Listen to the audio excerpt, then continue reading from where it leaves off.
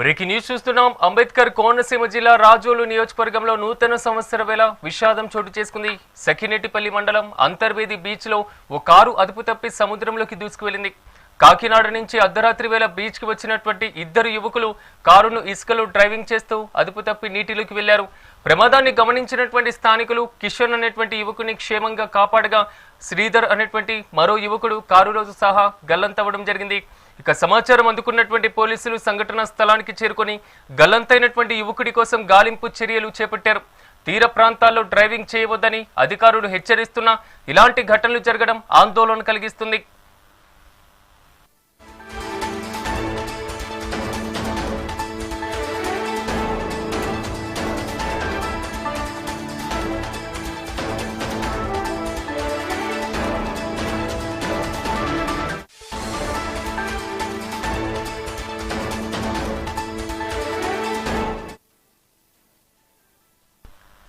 అంబేద్కర్ కోనసీమ జిల్లా రాజోలు నియోజకవర్గంలో నూతన సంవత్సర దినోత్సవం వేళ విషాదం చోటు చేసుకుంది. సఖినేటిపల్లి మండలం అంతర్వేది బీచ్ లో ఓ కారు అదుపు తప్పి సముద్రంలోకి దూసుకువెళ్లింది. కాకినాడ నుంచి అర్ధరాత్రి వేళ బీచ్ కు వచ్చినటువంటి ఇద్దరు యువకులు కారును ఇసుకలో డ్రైవింగ్ చేస్తూ అదుపు తప్పి నీటిలోకి వెళ్లారు.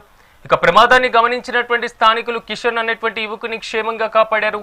అయితే శ్రీధర్ అనేటువంటి మరో యువకుడు కారుతో సహా గల్లంతయ్యాడు.